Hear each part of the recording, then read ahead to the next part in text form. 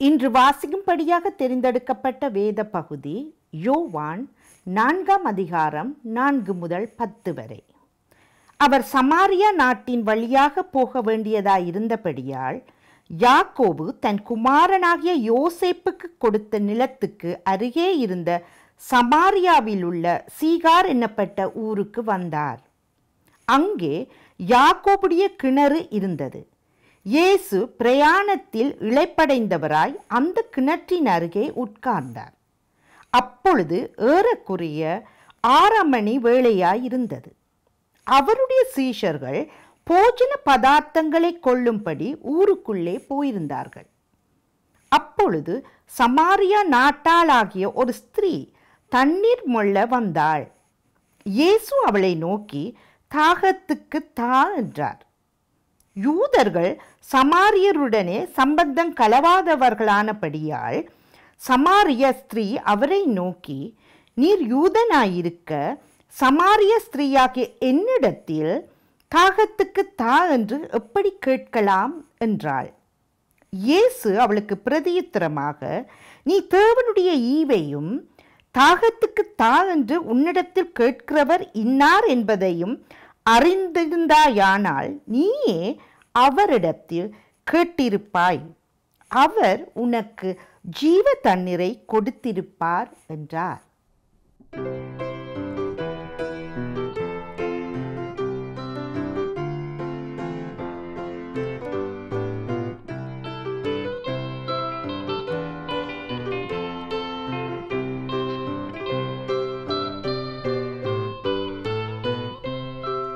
வாசலண்டை நின்று ஆசையாய் தட்டும் நேசர் இயேசுவுக்குள் உள்ளம் திறவாயோ.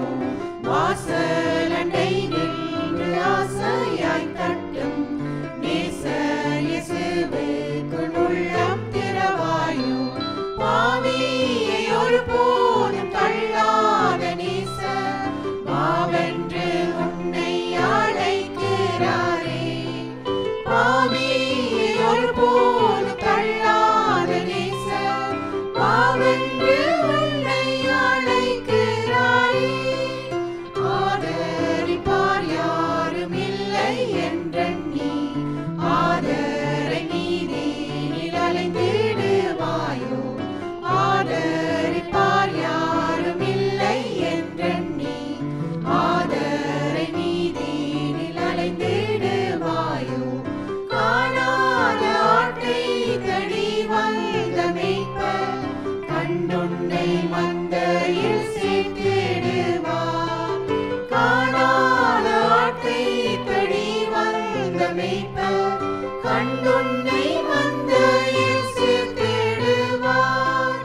வழியும் சத்தியமும் ஜீவனுமாம் இயேசு வாசலும் மேய்ப்பரும் நாதனும் இயேசு.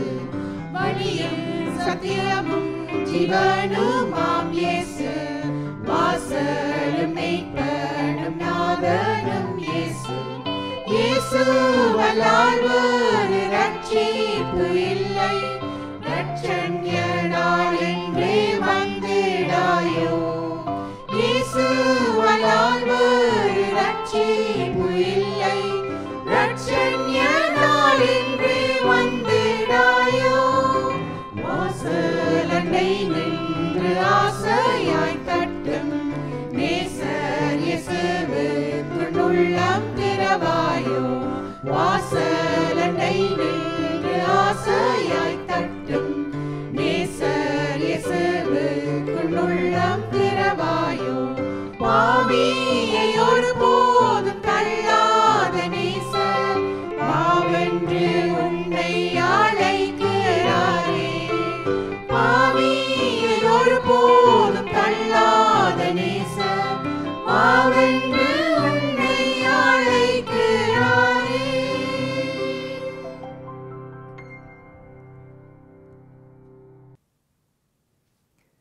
விண்ணமுதம் நிகழ்ச்சியை பார்ப்பதற்காக தொலைக்காட்சியின் முன்னே உட்கார்ந்திருக்கிற உங்கள் ஒவ்வொருவரையும் ஆண்டவராகிய இயேசுவின் பெயரால் வாழ்த்துக்கள் கூறி வரவேற்கிறேன். மகாத்மா காந்தி ஆப்பிரிக்காவிலே வாழ்ந்தபோது அவரை பற்றி ஒரு கதை, ஒரு சம்பவம் சொல்லப்படுகிறது.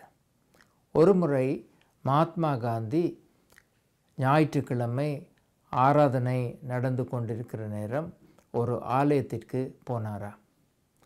அந்த ஆலயத்திலே வெள்ளை நிறத்தவர்கள் வழிபாடு செய்து கொண்டு இருந்தார்கள். அப்போதெல்லாம் இந்த தோலிலே நிறத்திற்காக அவர்களை குறைவாக மதிப்பிடுகின்ற காலம். ஆகவே அவர் அந்த ஆலயத்தில் உள்ளே பிரவேசிக்கிற போது அந்த ஆலய வாசலிலே இருந்து ஒருவர் மகாத்மா காந்தியை பார்த்து, இங்கு கருப்பர்களுக்கு இடமில்லை என்று சொல்லி சொன்னாராம். நீர் இனிமேலும் உள்ளே வர முயற்சி செய்தால் நாம் உம்மை பலவந்தமாக வெளியேற்ற வேண்டி இருக்கும் என்று தனக்கு சொன்னதாக மகாத்மா காந்தி குறிப்பிடுகிறார். இப்படியான ஒரு சம்பவம் ஆலயத்தோடு மகாத்மா காந்திக்கு இருந்த தொடர்புகள் மேலும் வளராமல் போக ஒரு காரணமாக இருந்தது என்று கூட சொல்லப்படுகிறது.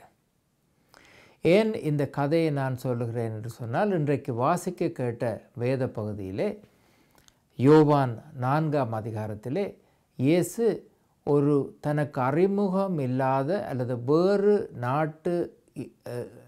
வேறு இனத்தைச் சேர்ந்த ஒரு பெண்ணை சந்தித்த ஒரு சம்பவத்தை நாங்கள் பார்க்கிறோம்.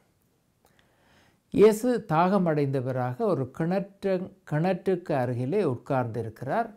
அப்போது அந்த இடத்திலே தண்ணீர் மொழ்வதற்காக சமாரியா என்ற நாட்டைச் சேர்ந்த ஒரு பெண் குடத்தோடு அல்லது ஒரு பாத்திரத்தோடு வருகிறாள்.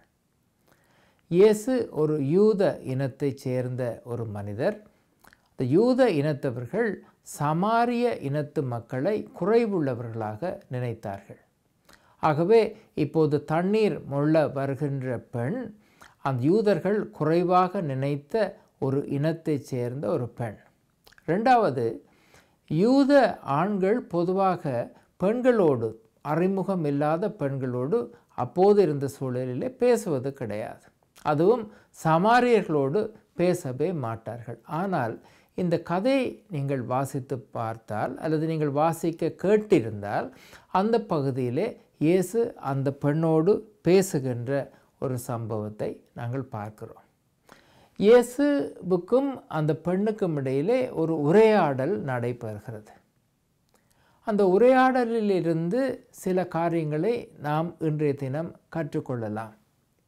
அந்த பெண் தண்ணீர் மொள்ளுவதற்காக வருகிற போது இயேசு அந்த பெண்ணை பார்த்து, எனக்கு குடிப்பதற்கு எனக்கு தண்ணீர் தா என்று சொல்லி அவர் கேட்கிறார். அப்படித்தான் இந்த உரையாடல் ஆரம்பித்ததாக இந்த கதையிலே வருகிறது. அந்த இயேசுவும் அந்த பெண்ணும் உரையாடுகிறார்கள். அந்த உரையாடலின் முடிவு எப்படி இருக்கிறதுன்னு சொன்னால், அந்த பெண் ஊருக்குள்ளே ஓடிப்போய், நான் ஒரு சிறப்பான மனிதரை சந்தித்தேன், அந்த மனிதரை நீங்கள் வந்து பாருங்கள் என்று சொல்லி ஊரில் இருந்த மக்களை எல்லாம் தன்னிடத்திற்கு அழைத்து கொண்டு வந்தாள் என்று இந்த கதை அல்லது இந்த சம்பவம் முடிவுக்கு வருகிறது. இந்த கதையை நாங்கள் பார்ப்பதிலும் பார்க்க, இந்த கதையிலே இருந்து நாங்கள் கற்றுக்கொள்ளுகின்ற சில அழகான பாடங்களை நாங்கள் அறிந்து கொண்டால் அவை எமக்கு பயனுள்ளதாக இருக்கும் என்று சொல்லி நான் நம்புகிறேன். முதலாவது, அந்த பெண் இருந்த இடத்திற்கு இயேசு போனார். நம்முடைய வாழ்க்கையிலே இயேசு செய்த காரியம் நமக்கு கொடுக்கின்ற ஒரு பொறுப்பு அது. அந்த பெண் ஒரு தேவையில் உள்ள ஒரு பெண்ணாக இருந்தாள். அந்த தேவையில் உள்ளவர்கள் மற்றவர்களிடத்திலே தங்களுடைய தேவைக்காக, நிறைவுக்காக, அந்த தேவையை பூர்த்தி செய்வதற்காக போவதுண்டு. ஆனால் இந்த கதையிலே அந்த பெண் தண்ணீர் மொள்ள வருகின்ற அந்த கிணற்றங்கரைக்கு இயேசு தானாகவே போய் உட்கார்ந்து அந்த பெண்ணினுடைய வருகைக்காக காத்திருந்தார். இதிலே நமக்கு சொல்லித்தரப்படுகின்ற பாடம் என்னவென்றால், வாழ்க்கையிலே தேவையில் உள்ள மனிதர்களை தேடி போக நாம் அழைக்கப்படுகிறோம். நிறைவாக இருக்கிற மனிதர்கள் நிறைவாக இருக்கிறவர்களோடு வாழுவது சிறப்பான தன்மை கிடையாது. உண்மையில் ஆண்டவரில் நம்பிக்கையுள்ள மனிதர்களாக இருந்தால் தேவையில் இருக்கின்ற மனிதர்களை தேடி போக ஆண்டவர் நம்மை அழைக்கிறார்.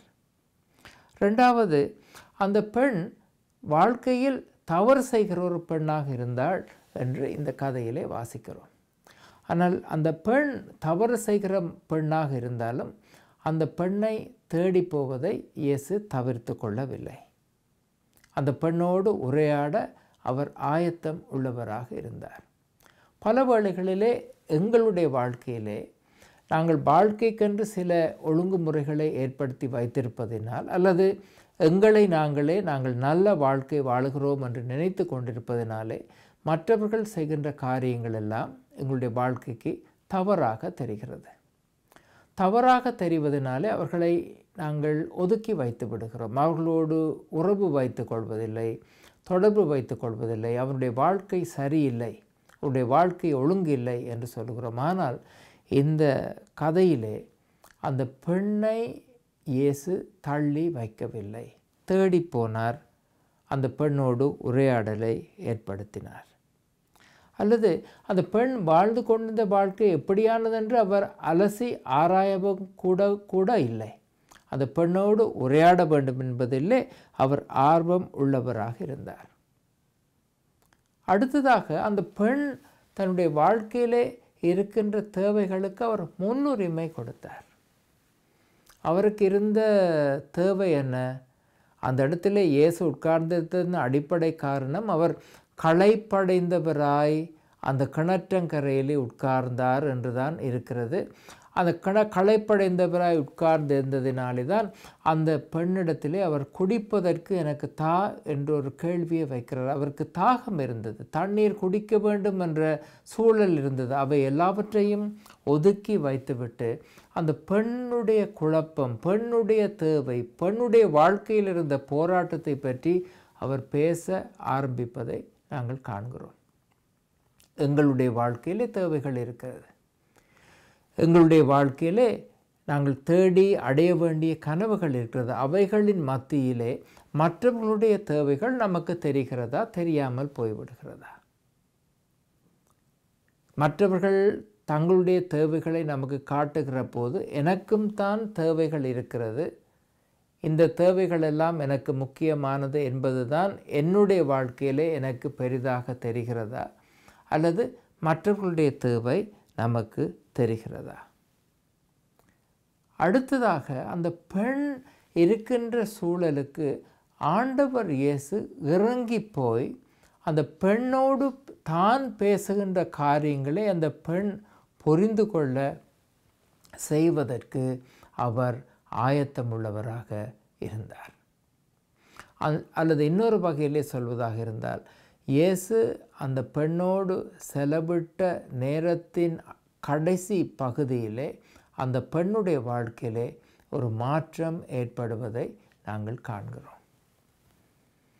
அந்த பெண்ணுடைய வாழ்க்கையிலே மாற்றம் ஏற்படுத்தப்பட்டதினாலே தான் அந்த பெண் ஊருக்குள்ளே போய் நான் ஒரு பெரிய மனிதரை, முக்கியமான மனிதரை சந்தித்தேன் என்று மற்றவர்களையும் இயேசு இருக்கின்ற இடத்திற்கு அந்த பெண் அழைத்து கொண்டு வந்தாள்.